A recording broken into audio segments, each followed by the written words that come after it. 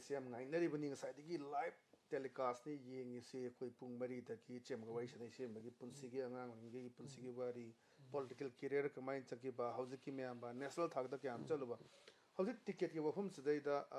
mangang nahan su na ba haibi gre tari kunthra ma thoi manung de haidok kani da ngasi se khoina ticket se haidok kani haibagi paw kre haji paw da center da gi ba imi khoi hai tare khoi gi signal gumba pirak ba le bra kamai to ticket se haujuk phawbada di update torok pa leitri mase koina yamna yetna ba khotna bagi adumaki aikoina haidok tabadi natte hek hek uyeba social media da karida amamada koigi media da ko koigi si jaga sim yetna gre si jaga sim tawgre dagi list thoe ko sumaina yamna koigi tongan tongan ba koigi mayam ama lei adubu ai ngarang so dum hai doni ai hojik ticket che khoi de exact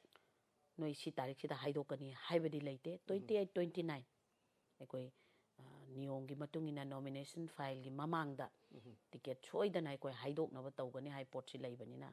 hoi ai haiba ngamde horen kanang khangnya thengbada ai update tawbirakpa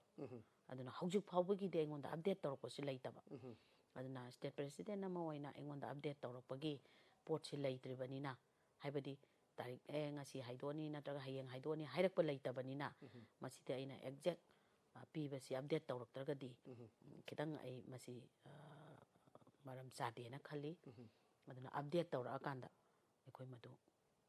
pibana chungani pakadana ji ya school gi la kanda khoina phangjaba pawda source haiba tare ko phangjaba pawda center dagi pressure pi heba si myamna ji myamna haina bani chemede sham clear ko na lojege khoi brinda gi wafum se khoi center dagi pressure pira kanda khoi ti saita pratasi kano tawro nu pi de hana power pi bani na adumba brinda gi pot lai haibna singma myam le si praja myamna khangba haidare ko sai sida brinda gi center dagi pressure lak pra na tagana just magi ba leijebadu matung na tawgada leibra sai di chema ke mase yam sengna hairagadi party yawbai se tanti dolama yawbai ba se hoi moi center da karida ama mada pressure tawba yai chatpa yai unaba yai anything yai but join tawrage hairagadi party president khangda ya pote hojik phawbadi party yawba leite ana hojik phawbasi party yawba leite vote lepke na tharakpa su leite aduna masi yam sengna hairagadi ya school da ticket thabasi loan candidate ne aduna loan candidate oibanina hojik phawda masi kaisu yamna thoina chingnani ngai leite haidana ai thamningi kaigino haibada ticket ki kari gi amamagi nupi piba haiba reservation ka haibase state president yawgadamne aduga ya school da nupi reserve seat oina pi ni hairagadi ai am ichau chau leiri haibase masi so dum center na dum urangone sini area the brinda gi matang sim dum clear oi haji phawda party da khoi yaw ga hum leite state parties din na khangde haibase yawde aingonda hoju phawba magi record party yaw bagi leite maram di kai gi noida ai khoi gi party yaw bai base ai khoi gi chumna party gi worker ama yaw ba nataba koi kana gumba candidate oiningba amana party yaw ge haibasidi state president se masida sungsoi soidana center dagi oiraga su information pirakane aduna leite aingonda pirakpa amana khoi tajabada khoi gi traditionally lakba hai tare BJP gi lakpa kan da any khoi ki assembly constituency amamda khoi recommendation je hum tawge hai thain dagi lakpa da khoi na tajabada handak se ani dang tawge hai ba si kadai phawda chummi adum ani khatang tawibra natraga hum tawibra kamai tawbi chi se koina masi ani natraga ahum haina fix leite constituency khara da khoi manga adum tawi constituency khara da ahum tawi ani tawi ado khoi samna harabada amamamta leiba saigi haingang gumba adagi thongju gumba kurai gumba ya school gumba isidi ahum thane ani thane na do jo matang adum tharimni aduna khoina nasaigi kitang possibility leiba hai tare adugumba gaide khoina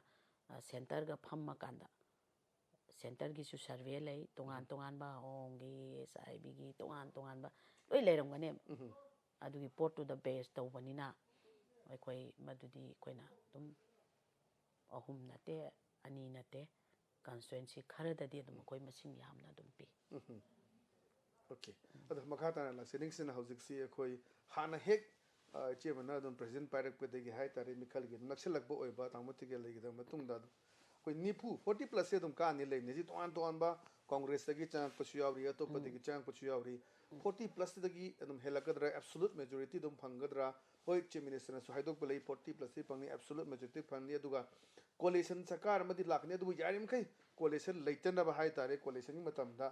Manning Tauna. They back Nakwachi Pangi, the from sea, Chief Minister, public president high. So I is the 100 BJP, target Sekano, Narang Simo Hoi, Congress Party na pre poll alliance and a left party label canvassing for what block label ma'am, RSP ma'am, Pulakanda Koi, BJP might have been a pre poll alliance from Sienki, Masina BJP gave with the kitten, pressure P. Biabagi, possibility labor, so the Karimole as President Amon. Se ꯑꯩꯈꯣꯏꯒꯤꯗꯤ ꯑꯩꯈꯣꯏꯒꯤ ꯇꯥꯔꯒꯦꯠꯁꯦ ꯑꯗꯨꯝ ꯐꯪꯒꯅꯤ ꯍꯥꯏꯕꯒꯤ ꯊꯥꯖꯕꯁꯤꯗꯤ ꯄꯨꯔꯥ ꯐꯨꯜ ꯀꯟꯐꯤꯗꯦꯟꯁꯅꯦ ꯑꯩꯈꯣꯏꯗ ꯂꯩꯔꯤꯁꯦ ꯁꯦ ꯍꯧꯖꯤꯛꯁꯦ ꯁꯝꯅ ꯖꯤꯗ ꯑꯩꯈꯣꯏꯁꯦ MLA 32ꯅꯤꯀꯣ ꯂꯩꯔꯤꯁꯦ ꯍꯣꯏ BJP 21 ꯀꯥꯏ ꯍꯥꯏꯔꯒꯁꯨ ꯑꯩꯈꯣꯏꯁꯦ ꯍꯧꯖꯤꯛꯁꯦ ꯁ꯭ꯇꯤꯜ 32 MLA ꯅꯦꯕ ꯂꯩꯔꯤꯁꯦ ꯑꯗꯨꯅ ꯂꯩꯔꯤꯕ 32 MLA ꯁꯤꯗꯩꯁꯤꯗ ꯑꯩꯈꯣꯏꯅ ꯍꯥꯞꯆꯤꯜꯂꯛꯄ ꯍꯥꯏꯁꯦ ꯀꯩꯁꯨ ꯑꯋꯥꯕ ꯑꯣꯏꯔꯣꯏꯅꯦ ꯀꯩꯒꯤꯅꯣ ꯍꯥꯏꯕꯗ ꯍꯧꯖꯤꯛꯁꯦ प्रजाना पाम्बदा नतना तोंगान पॉलिटिकल पार्टी की veteran leader Singh सिबाउबा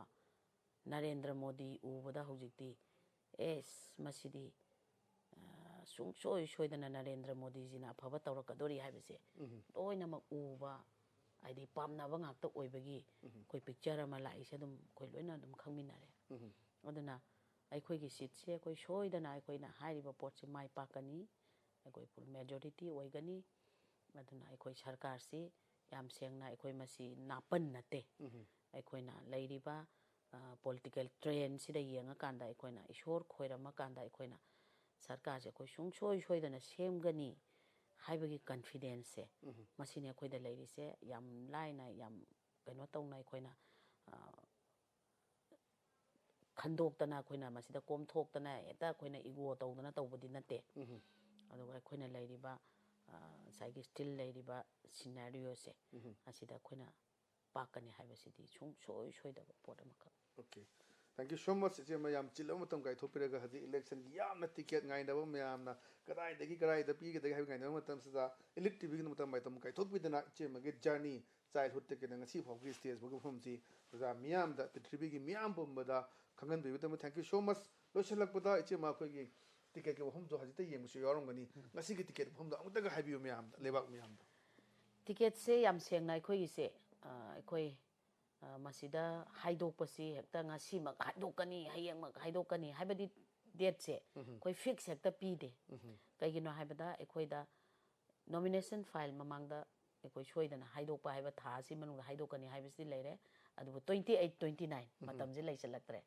aduna soidana di ekoi yamna thuna di haidorakpagi poti lei adu update tawraktri ekhoida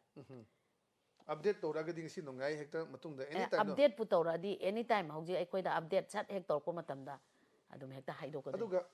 ticket out of traditions combined to center the Gipira Kanata Udra, Natraga Madu Media Mam done to Udra combined to the tradition ticket out of tradition the BJP combined to Yentam. Say National Party Oibanina, National Nakogi Sigi ticket say Pire, CRA, Habenly Samadum Pirani. aduna dum final oi doine adu lauthopi gadra lauthoktri gai de koi yade bo media me am da lauthopi gadra lauthokani media da dum loina ma koi pirakani haidi kaino haibada aikoi gi ticket lauthoga di madu praja sing dai koi na sigai final oi de haiba sim de dum chanabi ni dum pithok ka su kai de okay ngasai gi meng tabiri bo khuding mak madu na ngasi phawbadi ticket sing sai pandara madu ni ngasi thenga bu thenga torpa ya na du haji phawda party ki president